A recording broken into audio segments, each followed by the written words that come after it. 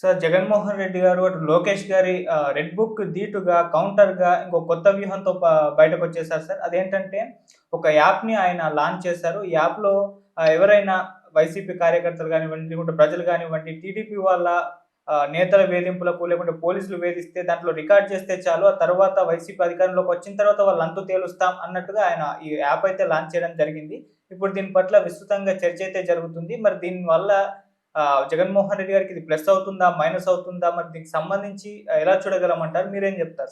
ఈ రోజు యాక్చువల్ గా పిఎస్సి మీటింగ్ జరిపాడు. అంటే political affairs committee meeting Jagan. అంటే జగన్ 2.0 అనేది 2.0 అనే వెర్షన్ ని ఆయన ప్రకటించిన తర్వాత కమిటీలు అనేక దాదాపు 30-40 రకరకాల కమిటీలు పెట్టాడు. అందులో ఒకటి public political affairs committee, PSC political affairs కమిటీలో చాలా మంది ఉన్నారు వైసీపీ నాయకులు. అంటే తను ఒకవేళ జైలుకి వెళ్ళినా కూడా ఈ కమిటీ పనిచేస్తుంది. ఈ కమిటీకి హెడ్గా భవిష్యత్తులో అంటే త్వరలోనే డిక్లేర్ చేసే అవకాశం ఉంది. ఒకటి బొత్స సత్యనారాయణ కానీ, పెద్దిరెడ్డి రామచంద్రారెడ్డి కానీ ఉండే అవకాశం ఉంది. సో ఎక్కువగా బొత్స సత్యనారాయణ లీడ్ చేయొచ్చు అని కూడా అంటున్నారు. ఈ రోజు అటువంటి తీర్మానం చేశారని. ఎందుకంటే జగన్ అరెస్ట్ ఖాయమనే ఒక నిర్ణయానికి వచ్చినట్టుగా మనకి తెలిసింది. సజ్జల రామకృష్ణారెడ్డి కూడా జగన్ అరెస్ట్ కు గ్రౌండ్ సిద్ధం చేసుకున్నారు అని చెప్తున్నారు లిక్కర్ స్కామ్ లో. ఇందులో భాగంగానే నిన్న గవర్నర్ కూడా జగన్ వెళ్ళి కలిసి మాట్లాడొచ్చాడని. సో ఒకవైపు అఫ్సెల్ గా బొత్స ఉన్న ఫ్యామిలీ తరపున భారతిరెడ్డి ఉంటది. ఎందుకంటే రెగ్యులర్ గా ఫ్యామిలీ మెంబర్స్ ని అలో చేస్తారు జైలుకి, కాబట్టి భారతిరెడ్డి రెగ్యులర్ గా వెళ్ళి జగన్ ఆదేశాలను తీసుకొచ్చి ఇక్కడ ప్రకటించే అవకాశం ఉంది. అందుకని ఒక సిస్టమేటిక్ వెళ్ళాలనేది ఒకటి. రెండవది, జగన్ ఈరోజు ఒక సంచలన నిర్ణయం తీసుకున్నాడు. అదేంటంటే ఒక రెడ్రసల్ యాప్ అంటారు దీన్ని. ఈ రెడ్రసల్ యాప్ ని మనం రెడ్ బుక్ యాప్ గా కూడా చెప్పుకోవచ్చు, లేదా రెడ్ యాప్ అని కూడా చెప్పుకోవచ్చు, లేదా ఇదొక రకమైన డిజిటల్ రెడ్ బుక్ గా మనం ప్రకటించుకోవచ్చు. ఎందుకంటే లోకేష్ 2023-2024 మధ్యలో యువగలం పాదయాత్ర దాదాపు 4,000 కిలోమీటర్లు తిరిగాడు. ఆ పాదయాత్రలో లోకేష్ రెడ్ బుక్ ని అనౌన్స్ చేశాడు.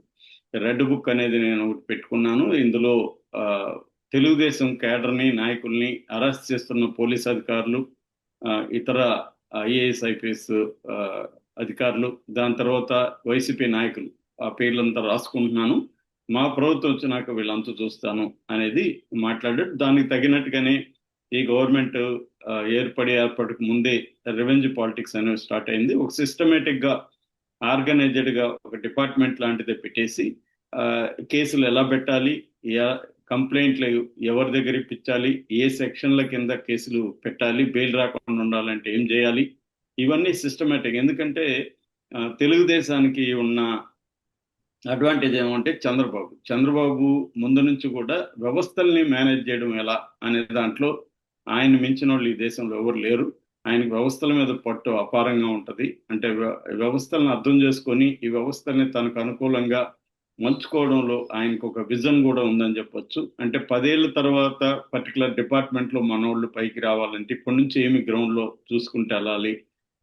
అంటే తనవాడు ఓన్లీ పైన ఉంటే సరిపోదు, కింద స్థాయిలో నుంచి ఆ డిపార్ట్మెంట్ లో ఒక సిబిఐ కావచ్చు, ఒక ఇన్వెస్టిగేటివ్ ఏజెన్సీ కావచ్చు, ఇలాగా అట్లాగే ఢిల్లీలో మ్యానిపులేట్ చేయడానికి కావచ్చు, ఈ లీగల్ జుడిషియరీలో కావచ్చు, అన్ని చోట్ల అన్ని వ్యవస్థలను ఆయన క్షుణ్ణంగా అర్థం చేసుకున్నాడు. దానికి తగినట్టుగా తన ఎలా మ్యానిపులేట్ చేయాలనే దాంట్లో ఆయనకి ఎక్స్పర్టైజ్ ఉంది.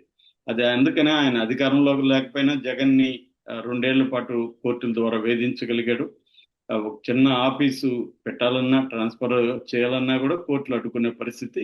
వందల పబ్లిక్ లిటిగెంట్ పిటిషన్ ని, పబ్లిక్ ఇంట్రెస్ట్ పిటిషన్ ని, పిఐఎల్స్ ని వేయించగలిగాడు. సో ఇప్పుడు కూడా అదే, ఇప్పుడు కూడా ఏంటంటే ఒక సిస్టమేటిక్ గా, ఎందుకంటే తెలుగుదేశానికి రెండో బలం ఏంటంటే పార్టీ స్ట్రక్చర్ చాలా ఆర్గనైజ్డ్ గా ఉంటుంది. సో అలాగే ఇప్పుడు కూడా సిస్టమేటిక్ గా పెట్టి కేసులు ఎలా పెట్టాలి, అడ్వకేట్స్ ఎవరెవరిని పెట్టాలి, ఎలా బయటికి రానియకుండా మల్టిపుల్ కేసెస్ పెట్టి దీన్ని వాళ్ళని ఒకసారి అరెస్ట్ చేస్తే వాళ్ళని మళ్ళీ మళ్ళీ PA prisoner in transit warrant పెట్టుకొని, సో ఎట్లా వాళ్ళని పీటీ వారెంట్ అంటారు, ఎట్లా వాళ్ళని ఎక్కువ కాలం జైల్లో ఉంచాలి. సో ఈ మొత్తం యాంగిల్స్ ని ఒక ఆర్గనైజ్డ్ గా సిస్టమేటిక్ గా చేస్తున్నారు. దీన్ని ఎదుర్కోవడంలో కొంత ఇబ్బంది పడ్డారు బిగినింగ్. దాని తర్వాత జగన్ కూడా అగ్రెసివ్ పాలిటిక్స్ లోకి వెళ్ళాడు. ఫస్ట్ పింక్ బుక్ అని అనౌన్స్ చేశారు వైసీపీ వాళ్ళు, రెడ్ బుక్ కి పోటీగా పింక్ బుక్ అని. ఇప్పుడు ఈ రోజు ఒక కొత్త నిర్ణయం తీసుకున్నారు. అది ఏంటంటే ఇంకా సిస్టమేటిక్ గా ఇవాళ ఉన్న డీటెయిల్ టెక్నాలజీని ఉపయోగించుకొని ఒక యాప్ ని, సెంట్రలైజ్డ్ యాప్ ని ప్రవేశపెడతారు. ఈ యాప్ ప్రతి వైసీపీ కార్యకర్త తమ ఫోన్లో పెట్టుకుంటాడు.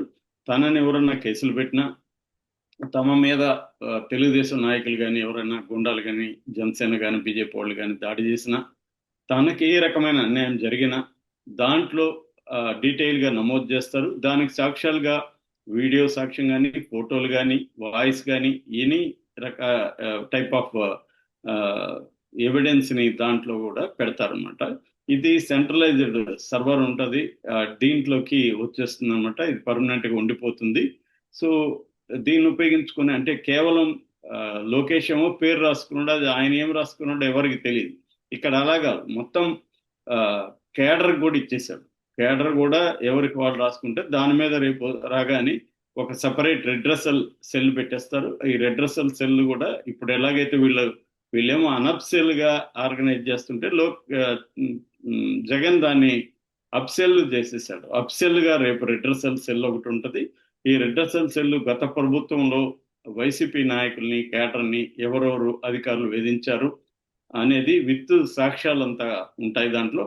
అందుకని మోర్ ఎఫెక్టివ్ గా రేపు రెవెంజ్ని తీర్చుకోవడానికి జగన్ తీసుకున్న స్టెప్ గా దీన్ని మనం అనుకోవచ్చు. మామూలుగా ఇలాంటివి వేరే రాష్ట్రాల్లో ఉన్నాయా లేదా అని చూసినప్పుడు వేరే రాష్ట్రాల్లో వేరే పద్ధతులు ఉన్నాయి. ఫర్ ఎగ్జాంపుల్ బీహార్లో 2016లో బీపీజీఆర్ఏ అనే ఒక చట్టం తీసుకొచ్చారు, పబ్లిక్ గ్రీవెన్సెస్ రెడ్రసల్ యాక్ట్. ఇది కూడా ఏంటంటే ఆర్గనైజ్డ్ గా పోలీస్ అధికారులు కానీ ఎవరైనా ప్రజల్ని వేధిస్తుంటే దీంట్లో నమోదు అవుతుంది అనమాట. అలాగా సంవత్సరానికి 60,000 రెడ్రసల్ ఇవి వచ్చాయి అనమాట, దాంట్లో కంప్లైంట్స్ వచ్చాయి. అలాగే తెలంగాణలో కూడా పింక్ బుక్ అనే కాన్సెప్ట్ తీసుకొచ్చారు రేవంత్ రెడ్డి ఉన్నప్పుడు కూడా. దాని తర్వాత సిపి గ్రామ్స్ అని ఇక్కడ కూడా centralised public grievances redressal redressal and monitoring system అనే ఒక దాన్ని తీసుకొచ్చారు. అట్లాగే ఈ మధ్య కాలంలో ఇక్కడ కూడా కేటీఆర్ కానీ హరీష్ రావు కానీ పిలిపిస్తున్నారు తమ బీఆర్ఎస్ శ్రేణులకి, మిమ్మల్ని ఎవరున్న వేధిస్తే పేర్లు రాసుకోండి, నేను కూడా రాసుకుంటున్నానని చెప్తున్నారు. సో అక్కడ జగన్ ఎలాగా చేస్తున్నాడో సేమ్ సిమిలర్ గా ఇక్కడ కూడా బీఆర్ఎస్ అదే పనిచేస్తుంది. అట్లాగే వెస్ట్ బెంగాల్లో కూడా ఈ ట్రెండ్ మనకు కనబడుతుంది. వెస్ట్ బెంగాల్లో కూడా గతంలో తృణమూల్ కాంగ్రెస్ కు బీజేపీ మధ్య ఇలాంటి పేర్లు రాసుకునే పుస్తకాలు అక్కడ చేశారు. అట్లాగే కొంతవరకు మహారాష్ట్రలో కూడా ఇటువంటి ఉన్నాయి. ఆర్గనైజ్డ్ గా లేదు కానీ మహారాష్ట్రలో కూడా ఈ ట్రెండ్ మనకు కనబడుతుంది. ఏదేమైనా లోకేష్ ఒక యూనిక్ కాన్సెప్ట్ అయితే తీసుకొచ్చాడు. రెడ్ బుక్ అనే కాన్సెప్ట్ ఇండియాలో నాకైతే ఇంకెక్కడా కనబడలేదు వేరే రాష్ట్రాల్లో.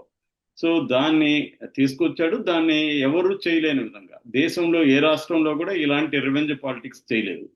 అది లోకేష్ ఆధ్వర్యంలో కూటమి ప్రభుత్వం చేస్తుంది. దీన్ని మోడీ కూడా పట్టించుకోవట్లేదు. అందువల్ల వైసీపీలో 100 మందిని తప్పుడు కేసులు పెట్టడం, అక్రమ అరెస్టులు అంటే కోర్టుకు పెట్టకుండా పోలీస్ స్టేషన్లకు తెప్పించి లేదా ప్రైవేట్ గెస్ట్ హౌస్ లో పెట్టి వాళ్ళని కొట్టడం, తర్వాత ఏమో లీగల్ గానే రకరకాల కావాలని ఎస్సీ ఎస్టీ వాళ్ళ దగ్గర కేసు పెట్టించి ఎస్సీ ఎస్టీ యాక్ట్ పెట్టడం, లేకపోతే 111 బిఎన్ఎస్ చట్టం, అదేంటంటే ఆర్గనైజ్డ్ క్రైమ్, మన పోసాని కృష్ణమురళి ఇలాంటి వాళ్ళ మీద బిగినింగ్ పెడితే కోర్టులు దాన్ని అడ్డుకున్నాక ఈ మధ్య అది పెట్టకుండా ఒక ఎస్సీ పర్సన్ దగ్గర కంప్లైంట్ ఇప్పించేసి ఎస్సీ ఎస్టీ యాక్ట్ కింద పెట్టాడు. మన కొమ్మినేని శ్రీనివాసరావు మీద అట్లాంటిది పెట్టారు. సో వాళ్ళు ఏంటంటే కొత్త కొత్త మెథడ్స్ లో వెళ్తున్నారు. ఒకటి కోర్టు అడ్డుకుంటే ఇంకొక మెథడ్ వెళ్ళాలి. ఎందుకంటే వాళ్ళకి సుప్రీంకోర్టు స్థాయిలో సిద్ధార్థ లోతర్ లాంటి వాళ్ళు గైడ్ చేస్తున్నారు. వాళ్ళకి ఈ న్యాయ వ్యవస్థలో ఉండే లూప్ హోల్స్, చట్టాల్లో ఉండే లూప్ హోల్స్ క్షుణ్ణంగా తెలుసు అనమాట. అలాంటి వాళ్ళ గైడెన్స్ ఉంది కాబట్టి వెరీ ఆర్గనైజ్డ్గా చేస్తుంది. దీన్ని జగన్ ఇప్పుడు నెక్స్ట్ స్టెప్ ప్లాన్ చేస్తున్నాడు. దీన్ని సిస్టమేటిక్ గా అంటే ఒక ఆర్గనైజ్డ్ గా లీగల్ గా రిడ్రసల్ చేసి అవసరమైతే నేను ఇంతకు ముందు ఒక వీడియోలో చెప్పినట్టు మహారాష్ట్రలో ఉండే ఎంకోకా అనే చట్టం ఉంది. అటువంటి ఒక చట్టాన్ని కూడా తీసుకొచ్చి ఆ ప్రత్యేక చట్టం కింద ఈ రిడ్రసల్ యాప్లో ఏదైతే వీళ్ళందరూ నమోదు చేస్తారో దాని కింద వాళ్ళందరినీ ఆ, జైళ్ళల్లో వేస్తే అసలు బెయిల్ కూడా రాకుండా చేయాలి అన్న ఒక ప్లాన్ కనబడుతుంది. ఆ, ఇది ఖచ్చితంగా పోలీసులకు ఇబ్బందికరమే. ఎందుకంటే అదేదో కరవమంటే కప్ప కోపం, విడవమంటే పాము కోపం లాగా ఆ, ఒకవైపేమో ఆ, ఇక్కడ చంద్రబాబు ప్రభుత్వం ఏమో వాళ్ళకి అరెస్టులు చేయండి, కొట్టండి ఇవన్నీ చెప్తుంది పోలీసుల్ని. వాళ్ళు చేయాలి, చేయకపోతేమో వాళ్ళకి ఇబ్బంది, చేస్తేమో జగన్ వెరీ ఆర్గనైజ్డ్ గా విత్ సాక్ష్యాల్ని అవి ఎక్కడికి ఇంక ఒకసారి వచ్చేస్తే ఉండిపోతాయి అలాగా పెట్టుకుంటున్నాడు. సో ఖచ్చితంగా ఇది పోలీసుల మీద తీవ్రమైన ప్రెజర్ అయితే పడుతుంది. Okay sir, thank you so much sir.